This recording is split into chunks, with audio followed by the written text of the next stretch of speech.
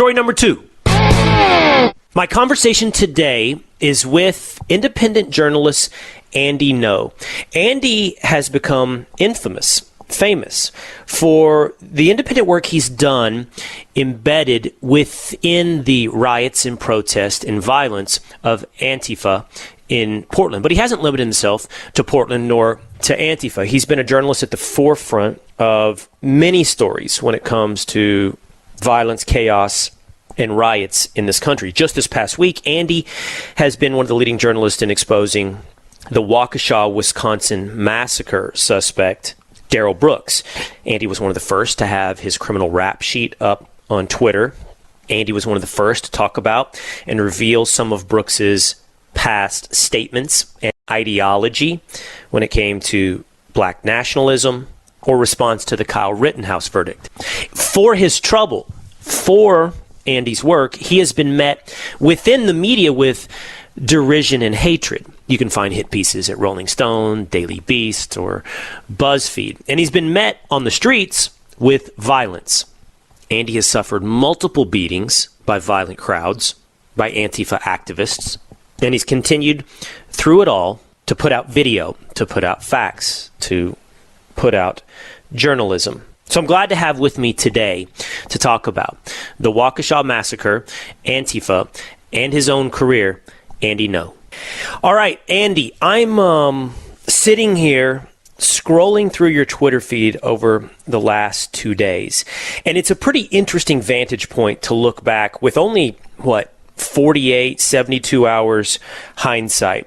And I'm looking at what you tweeted and what you revealed about the mass murderer, the alleged mass murderer until he's convicted in Waukesha, Wisconsin. And I can't seem to find what you reported, Andy, that turned out to be wrong. And yet you have been met with absolute anger and derision once again. What is it that you did to spin the facts in an inaccurate manner, Andy?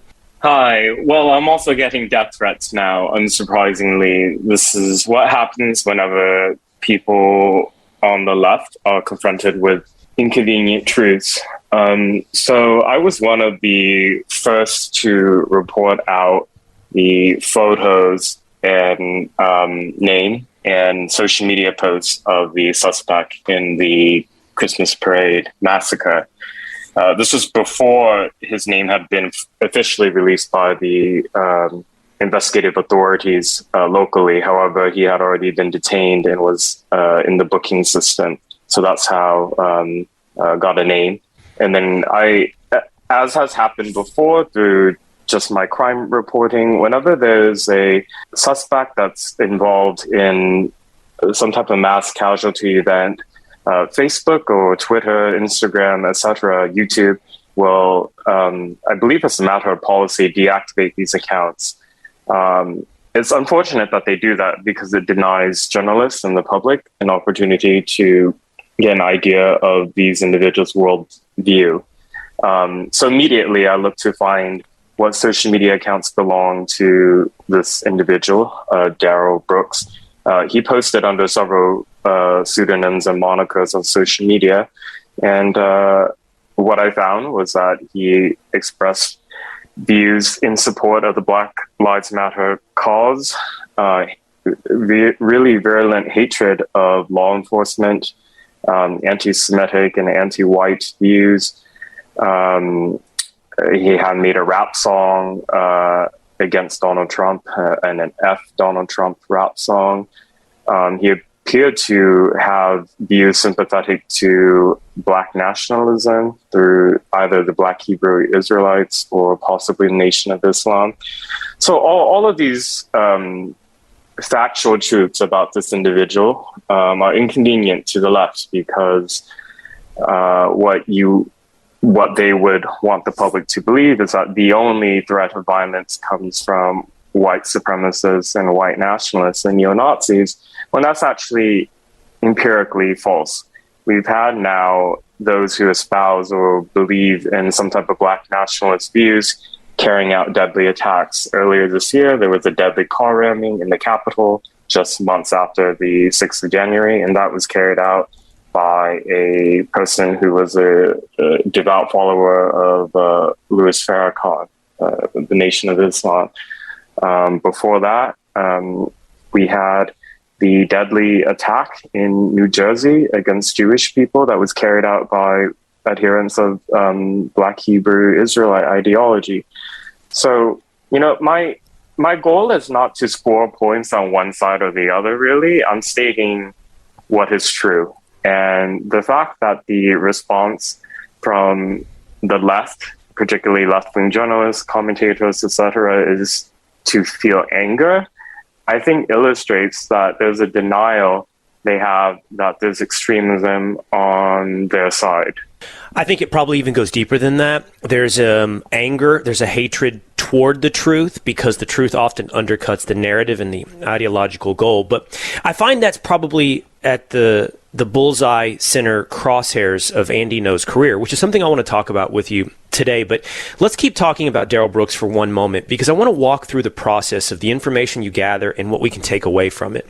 Now, you, Andy, are a digital independent journalist. You've been affiliated with various publications, but I think that's a fair characterization, independent. And I think if I were you, I would wear that as a badge of honor, pride.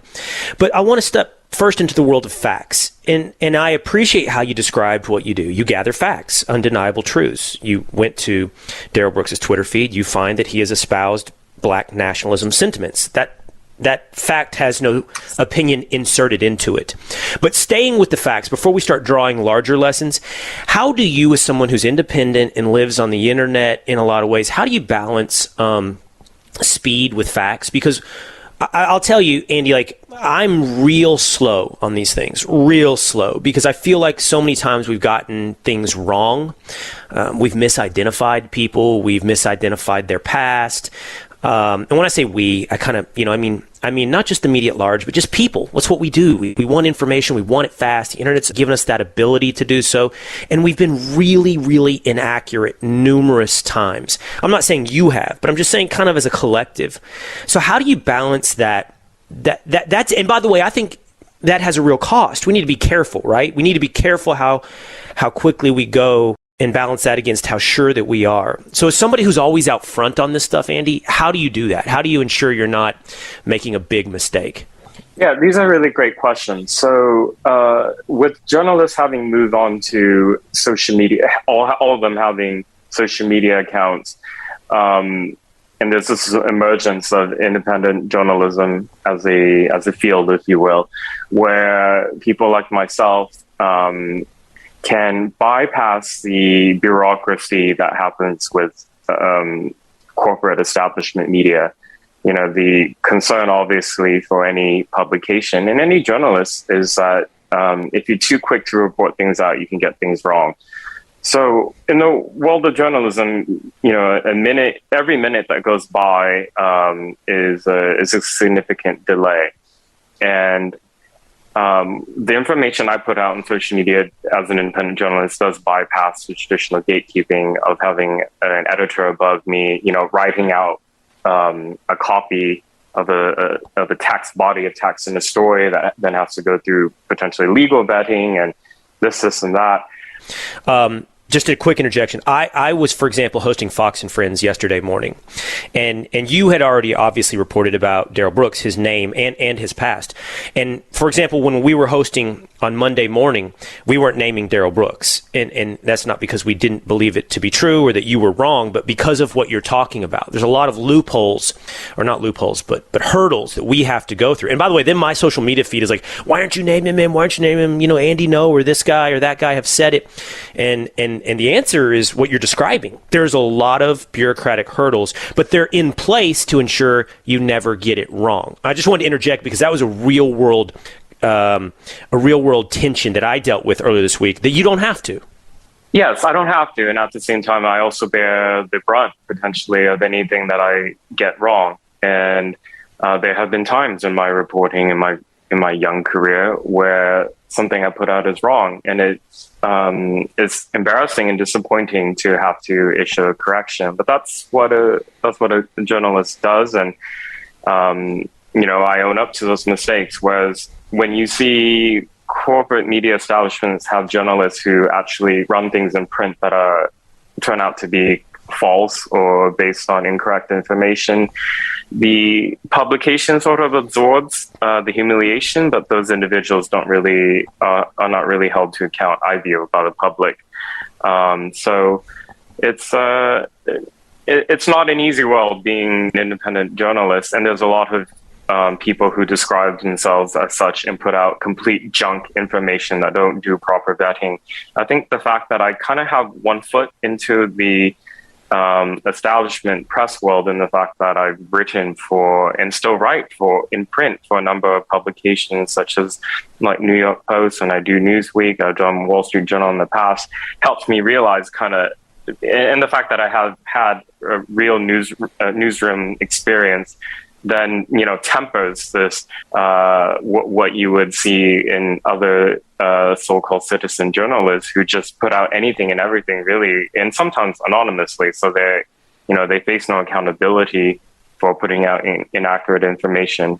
Yeah, and then I think that the backlash that you receive, and again, I do want to go into this deeper, is because of, it's like everybody's brain goes from fact to conclusion. Right, and that's the hard thing. So if you put out the fact that Darrell Brooks has black nationalism sentiments on his social media feed, then the conclusion that people then want to leap towards is, well, Andy Ngo is indicting BLM as a terrorist organization, or whatever it may be. BLM's behind this attack, or whatever.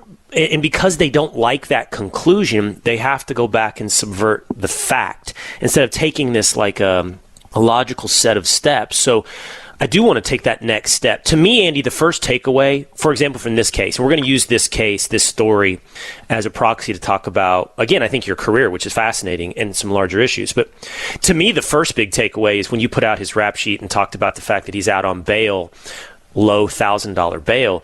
It's 100% legitimately, logically, a conclusion, a next step to take to go, whoa, what about all these bail reform laws taking place across the country, which is an absolute political movement, which, by the way, is tied to our debate over racial disparities. That seems to be one, for me, obvious next place you go.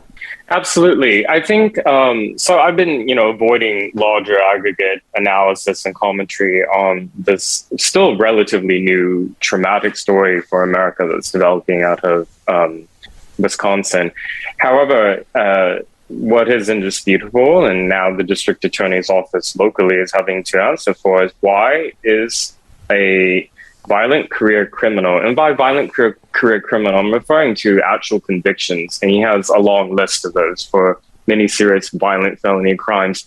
Why is somebody with that background getting out on pending felony and misdemeanor charges relating to assault using a car, allegedly, on $1,000? That's an answer. That's a question that left-wing activists, politicians, district attorneys' offices across America have to answer, because the motivating factor for all these prosecutors who were elected and what they campaigned on was they said they wanted to address racial disparity and systemic racism. And for them, they thought the best way to do that is to essentially make it easier for violent criminal suspects to be let out onto the streets.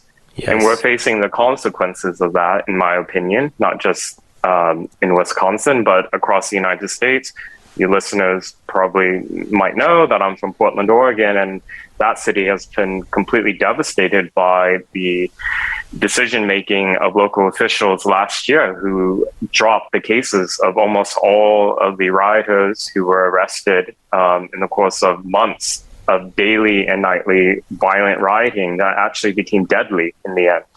Yeah, and it's not limited to Portland. We've seen some of that in New York City when it comes to these bail reforms, and you characterized it perfectly. What goes on in the ideological mind is, oh, look, bail, high bail, has a disparate impact on the racial makeup of people that are held in jail. So therefore, it must be racist. So therefore, we must reduce cash bail and make it easier to get out. Therefore, we'll have less of a disparate impact on black or brown people. And then the cost of that is a guy like Darrell Brooks, who's on the street with a rap sheet that's 50 pages long, 15 arrests, bailed in February for $500, bailed in November for almost exactly this kind of crime at a lower level for $1,000, and you pay the price on the street. You pay it in San Francisco, you pay it in New York, you pay it in Portland. And I think we have to, I want to get to Portland with you, because this is the larger takeaways from your reporting. And I mean that, Andy, when I look at your reporting,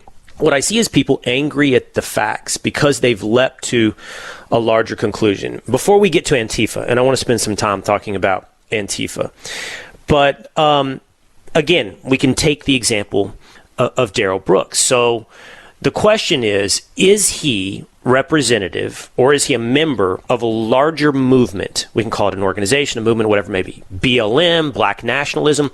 Is he an indicator for our country of a growing problem, or is he a lone crazy man who does have these ideas? You see what I'm saying? And this is where I think everybody starts to fight. I think this is where everybody starts to say, well, I don't like your facts because they lead me down the wrong narrative, the wrong conclusion. So let's start with this one, and then let's move to Portland, Andy. Let's start with Brooks. Do we think it's fair to surmise that he's representative or affiliated with a larger movement, or is he a lone crazy man who has posted on social media about crazy ideas? I don't think we haven't seen any evidence that this was a lone crazy man who just happened to carry out a random spontaneous act of deadly violence. That remains to be seen. However, I think his actions in terms of him being a criminal suspect in a deadly incident involving several casualties and many injured, and having a long criminal record and still being let out on the streets, that is indicative of a larger issue in the U.S. and particularly in other urban areas, Chicago, for example. So, the mode of attack in terms of you using a vehicle to run down people at a Christmas parade is really shocking and gets a lot of media attention. But you can turn and look at the homicide statistics and case reports out of Chicago or and St. Louis, many other American cities, and you'll see in terms of the casualties and those injured, they're comparable. And these are also almost always carried out by career criminals and who are just let out over and over and over. So that's the discussion that I think the public and journalists need to have and to look into, rather than focusing so much on what this individual, referring to Darrell Brooks, may have actually believed. That's up to the investigators for us to reveal. What I was doing with posting his social media post was just to show that, hey, he doesn't fit this caricature of what a lot of the establishment press likes to have the public believe about dangerous individuals. And what is that caricature? The caricature is that the only dangerous people to the public in America are white supremacists and neo-Nazis and fascists. Yeah. I actually think that's a very, I'm not doing this because you're the guest on my podcast. I think that's a very logical and rational way to approach this. So here's the facts. The facts are this person has been a lifelong criminal. And that is indicative of a larger problem in urban areas, as you point out, that we are letting lifelong criminals stay on the streets and continue to commit lifelong violent crimes. That is an absolute larger narrative that I think has to be addressed.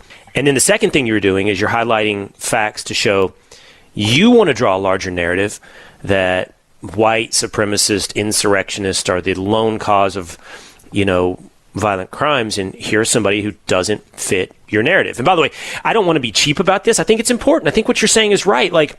Because people will jump onto social media and they'll go, well, if Kyle Rittenhouse was black, he would never have been taken alive, right? Well, we just saw a man mow down at least 5 people, injure more than 40, who was black and was taken alive. So it's just the real world doesn't back up. Not just alive, but alive and well. Exactly. And these people who just hours before were talking about how if Kyle had been black, if any of these other suspects had been black, that they would have been killed on the spot. it's BS and it should be called out as such. They make these empirical claims that can actually be disproven by the data, and people just sort of just let these false claims go unchallenged. And I wish they were just irrelevant, but the fact is these claims are used to incite racial divisions and to polarize the public. So there are larger social consequences to allowing these inflammatory claims that people with huge followings and people like Joy Reid on MSNBC, they have it. There's consequences to what they say. Yes, and that is a noble fight, and that's an absolute takeaway that I think you're right on. And we could sit here, you and I could do this for an hour, because they would say, well, a black man would never get away with a self-defense claim. When on the very same day that Kyle Rittenhouse was acquitted, Andrew Coffey was acquitted, a black man, on self-defense charges. And on my previous episode of this podcast, I went through a dozen names of black men acquitted for self-defense. The point is, they want to create this narrative that the country is a certain way, irredeemably racist, and it doesn't comport with the facts, which you are busy showing, and that's why you've become public enemy number one. So now let's kind of go to Portland a little bit, because I do think, here's what I struggle with, Andy, and you have on-the-ground knowledge of, okay? I do wonder, okay, we don't know yet about Brooks. We don't know yet about his larger affiliations. We don't know whether or not he's representative of a black nationalist movement that's set to do violence. On the homepage of foxnews.com this week, there's a video of a BLM leader asking, is this it? Is this the beginning of the revolution? And I hear that, and I'm like, what? Okay, is this a crazy man? I think he was in Milwaukee, by the way, this BLM leader. Is this a crazy man, or is this a man who's ready to start something and threatening to start something at a much greater level? And you've been on the ground both with BLM stuff and with Antifa. And so let's kind of start this with, Andy, how much is this isolated crazy people and how much is this real movements? Let's not talk about Antifa yet. Let's continue with this idea that Brooks could be part of a larger violent threat.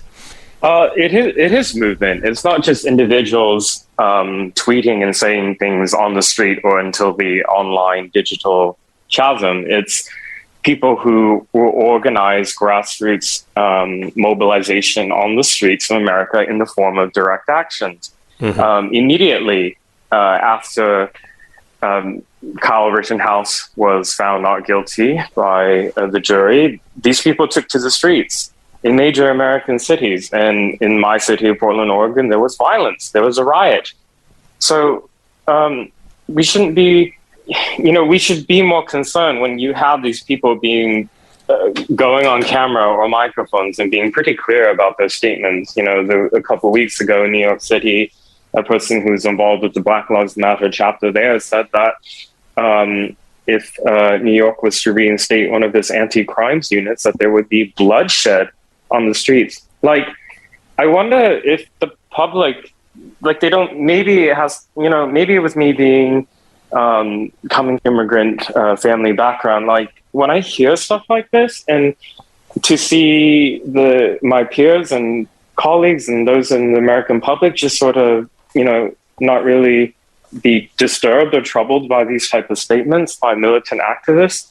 I wonder if I'm hearing something different than what they are, to and over all this incitement to violence, and whenever there's a ruling from a judge or a jury that these extremists don't like, then they promise violence, and it also has an effect, I think, on the rule of law, because then you have juries who talk about they fear what may happen if they decide one way or another. So it's a real sick and twisted attack on justice itself, and it's not being recognized as an attack on justice.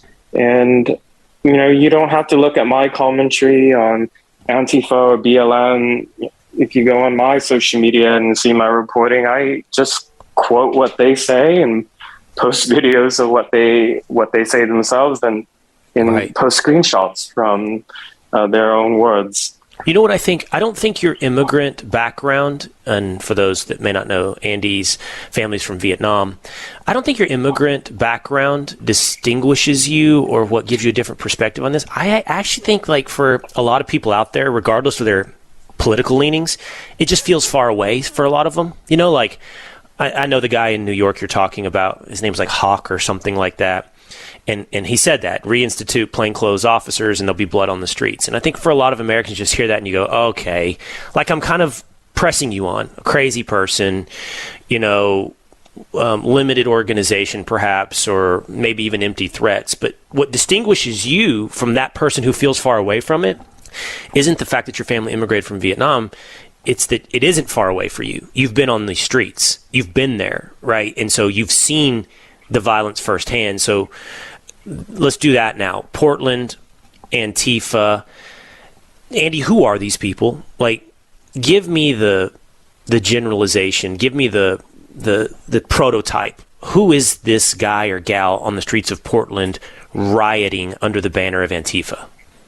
I think there's been a lot of the term Antifa is often used as a red herring by the left to distract the public. For example, they will latch on to say they don't actually exist as a group. Who's their leader then? Oh, they don't have one, therefore they don't exist. And they lead the public into being confused into thinking that Antifa just means anybody who's against fascism.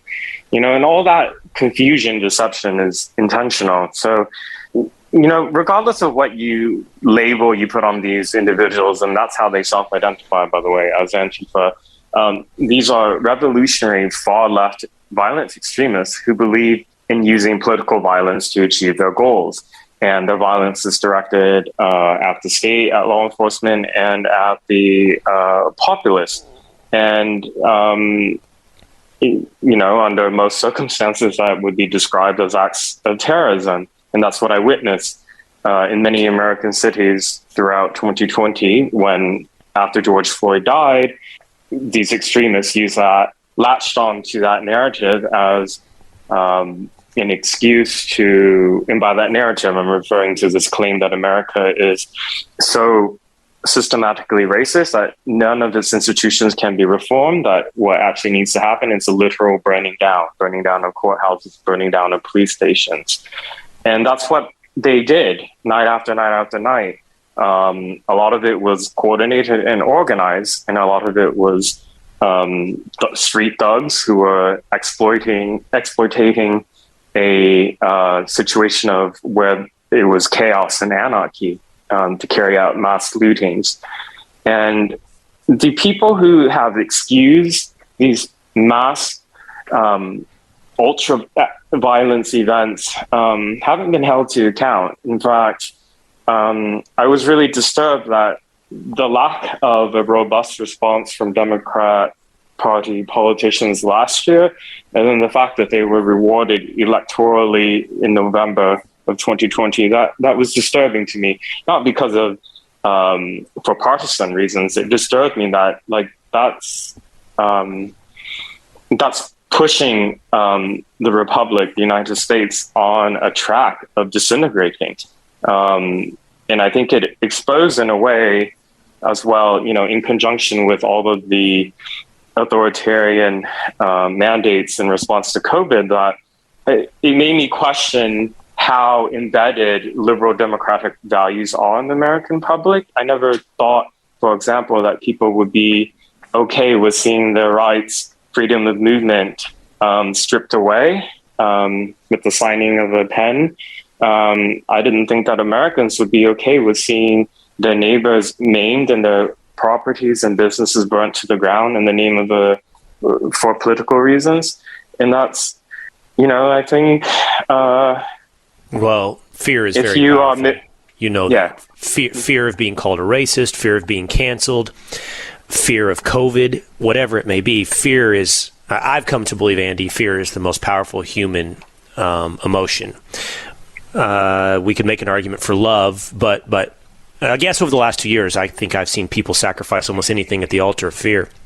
And it's probably no coincidence then why fear is a tool that's been used. And you've seen that again. So when you show up at an Antifa thing, I'm sure definitely in Portland.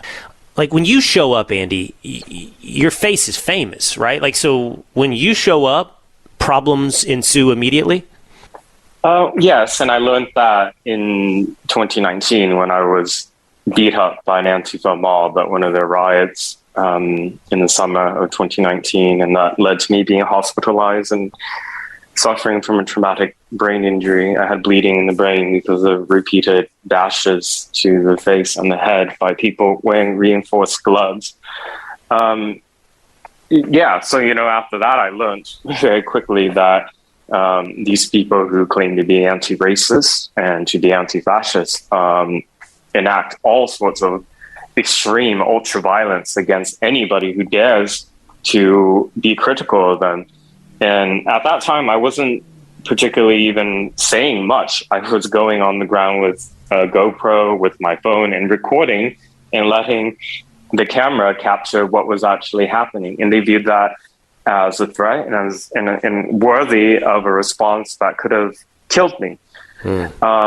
Since then, I've had a book come out earlier this year, Unmasked, that was all about Antifa. And there was a lot of field reporting I had to do where I had to become very creative. I could never show my face again. And I was always on borrowed time, going to these direct actions, even undercover. And unfortunately, in May of this year, when I returned to Portland, I was undercover, but my cover was blown. And the mob severely beat me again. And I had to run into a hotel in downtown Portland and plead with the staff to for them to not kick me out. They were actually trying to force me out while there was this mob of Antifa pounding on the windows trying to break inside. All these experiences that I have had, that other journalists have had in Portland, it just demonstrates that even though legislatively the First Amendment hasn't been challenged in any way, on paper we have freedom of speech and freedom of the press, etc. There's been a culture and a social environment created by Antifa and their allies where people will just carry out acts of violence against you in public and face really little to no legal consequence. Often because police are actually never there. And then on top of that, the assailants are operating as a mob dressed in the same black uniform with their faces covered. So your assailants can't be identified. And the result is that it's had a silencing effect in Portland. A lot of people have no idea what's going on anymore.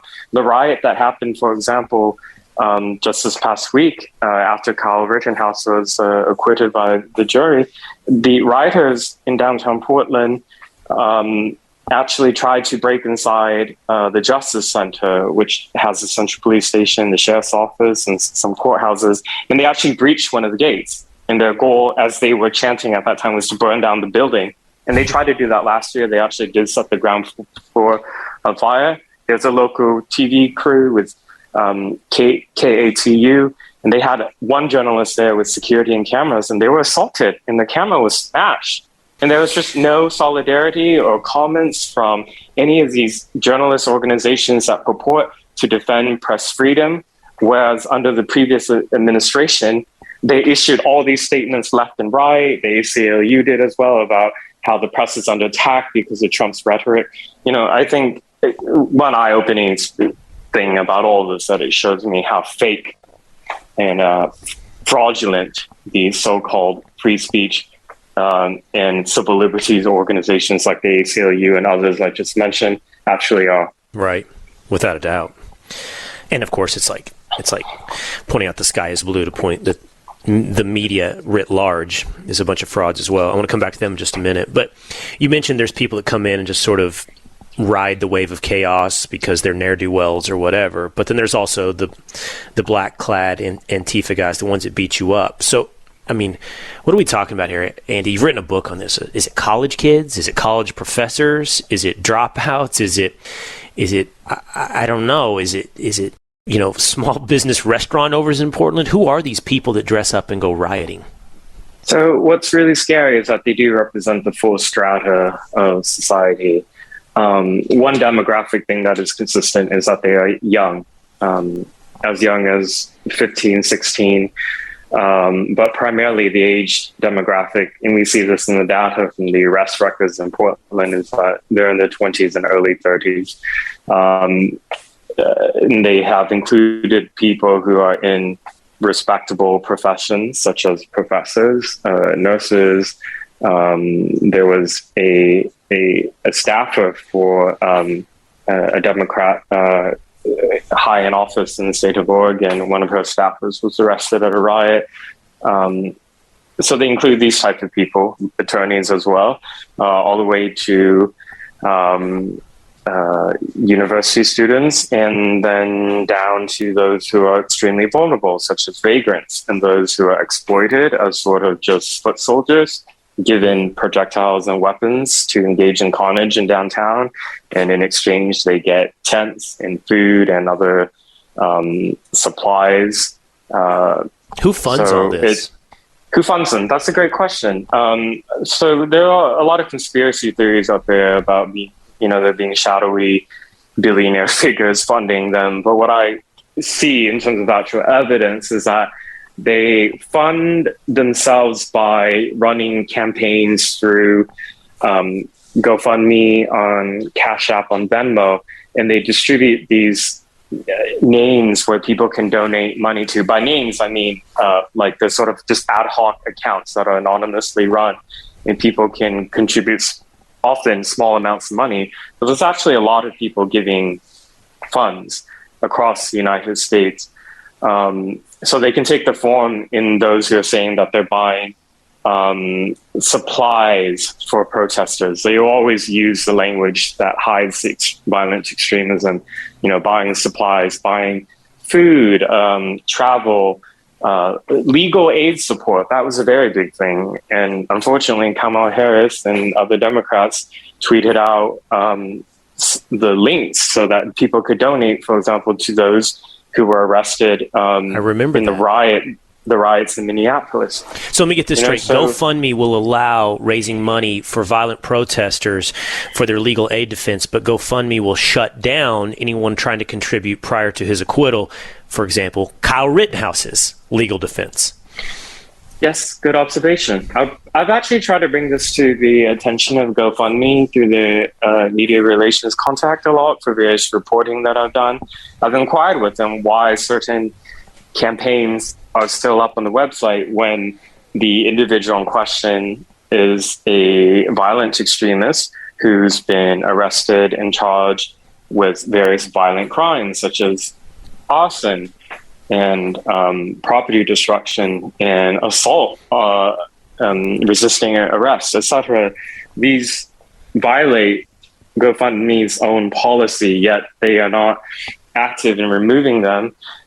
Sometimes what happens as well is that these ad hoc groups will just establish a sort of front group to take money on behalf of a large number of violent criminal suspects. So in Portland, there was a bail fund that was established, and because it wasn't linked to any particular individual suspect, it kind of added a layer of opaqueness in the GoFundMe, and their account raised over $1.3 million. So in reality, that money was being used to bail out and to provide legal aid support to those who were accused by the state of really serious crimes, really violent crimes. So then there's your media brethren, Andy. So I'm just looking at this one headline. It's from 2019. It's from Rolling Stone, which still manages to maintain some type of legacy credibility, no matter how much they burn it up with Virginia rape hoax. There's numerous other hoax. I feel like I'm missing one from very recently that I talked about. Rolling Stone has been discredited. All they retain is this image in people's mind of being a rock and roll magazine. But here is a headline from Rolling Stone from 2019. How a right-wing troll managed to manipulate mainstream media. Here's the subhead. When a milkshake to the face brought the spotlight on Andy Ngo, politicians and talking heads on both sides were happy to take up his cause, demonizing Antifa. your cause, demonizing Antifa, Rolling Stone, here to set the record straight. And I don't know what we do with the fact that you were beaten and milkshaked. I don't know how that is excused. But that's the take among your mainstream media brethren. Yeah, so what this particular journalist did in Rolling Stone and Daily Beast and Slate and the rest did, all of them did the same thing, which was really quite cruel, in my opinion, was that there was a cross-partisan solidarity and support for me after I was viciously beaten in June of 2019. I mean, I went through a year of various forms of physical, occupational, and cognitive therapy to address the deficiencies from that brain injury. And there was support for me in the weeks after that. And what these journalists did was, in a coordinated fashion, wrote hit pieces about me to make me an unsympathetic figure to people on the left. And I think that exposes a cruelty. If you read these hit pieces, it's trying to frame me as somebody that you shouldn't have any sympathy for, that actually I somehow deserve to be beaten because they'll accuse me of being far right, of having sympathies for neo-Nazis. All these lies, horrible, vicious lies, meant to defame and ruin my character. And then, if you try to get an attorney involved because they print things are defamatory about you, then they'll claim First Amendment protections and free speech. So that whole experience in the latter half of 2019 after assault just showed me that I'm kind of alone in this, in that I really thought that there would kind of be a basic principled stance among all journalists that people who are working in this profession should not be beaten, assaulted, or subjected to death threats just because of the publication that they might be affiliated with. At that time, I was doing work with conservative publications and still do today. But no, I think, it's been the establishment left-wing press has been called the opposition party under the previous administration. And I think at that time, when I heard that, I thought it was distasteful. But over time, I've come to realize that, yeah, they do act essentially, whether intentional or not, mostly intentional, as political operatives for Democrat and left-wing orthodoxy. So anybody who challenges it, regardless of their ethnicity or sexual orientation, such as myself, that they must be destroyed.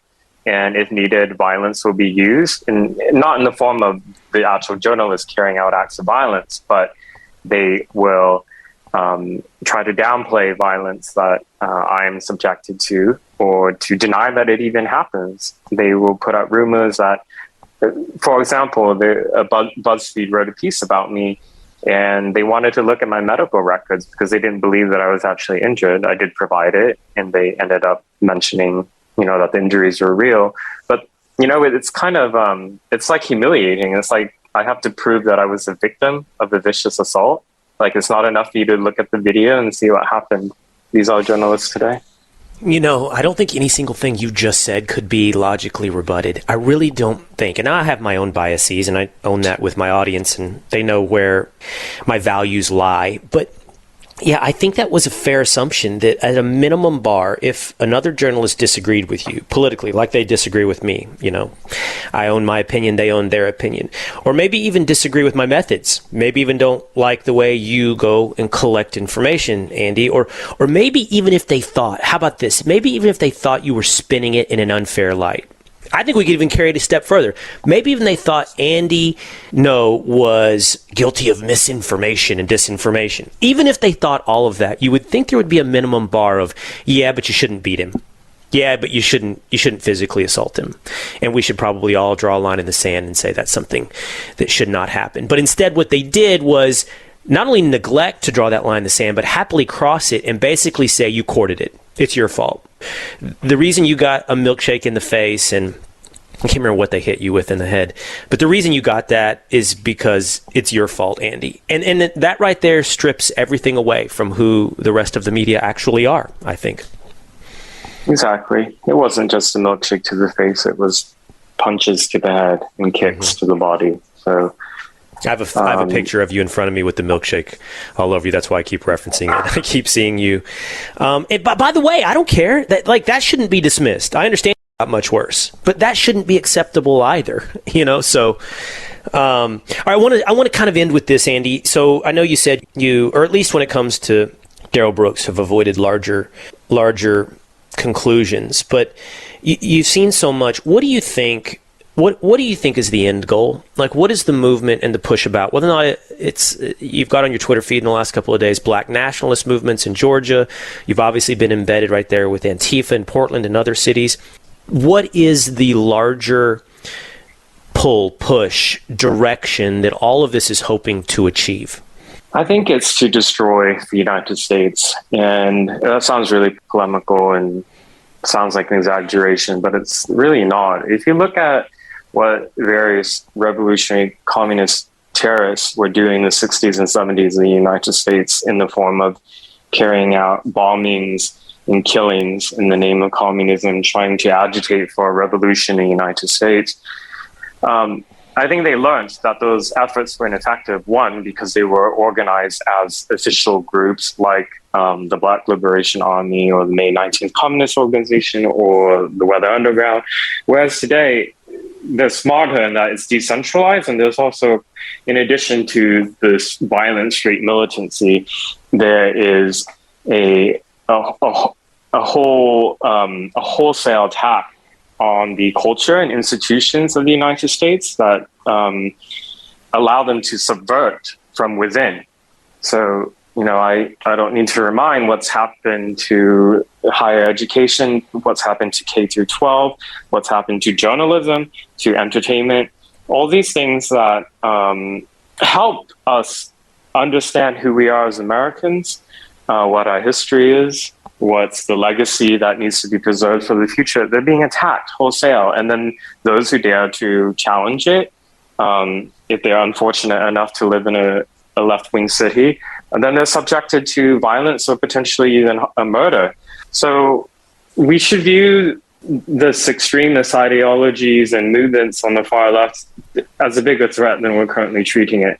And I think calling it woke, calling it cancel culture is really understating the threat that is actually there. And what is it then? If that's not enough, what is it? Communist revolution? If it's not woke, if it's not cancel culture, if that's not enough to describe what's happening, what is the push? A communist revolution? I think it's apt to call them enemies from within.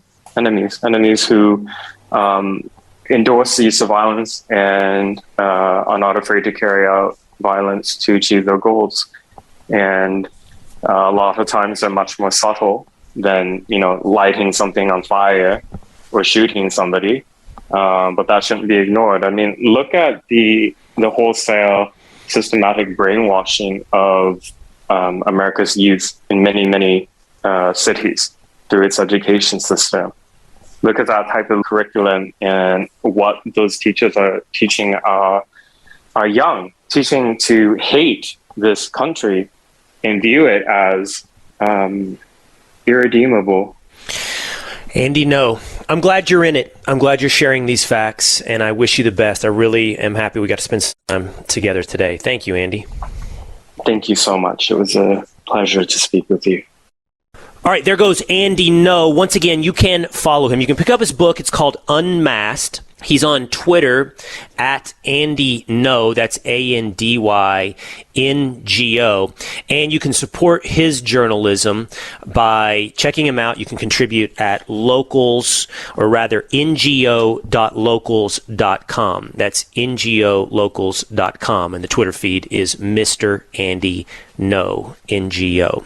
That final question I asked Andy, which is, what is the end goal? What's the best characterization? And I offered up a leading question. I offered up, is it communist revolution? And he didn't confirm that to be the answer, because I think one thing I appreciate about that conversation is It's responsible, if your pursuit is to be correct, to take these one logical step at a time. As you look at a potential criminal suspect, look at the facts, then look at his ideology, and then take the step to perhaps a larger movement. As we do the same thing with the national movement, look at what they do on the streets. Look at what they hope to accomplish. Look what's happening in our schools. Look what's being taught. Look what's happening to mainstream media. You keep taking those same steps, and I think that the step that Andy took and that I've taken with you in the past is what's clear about the larger movement is that it is about destruction.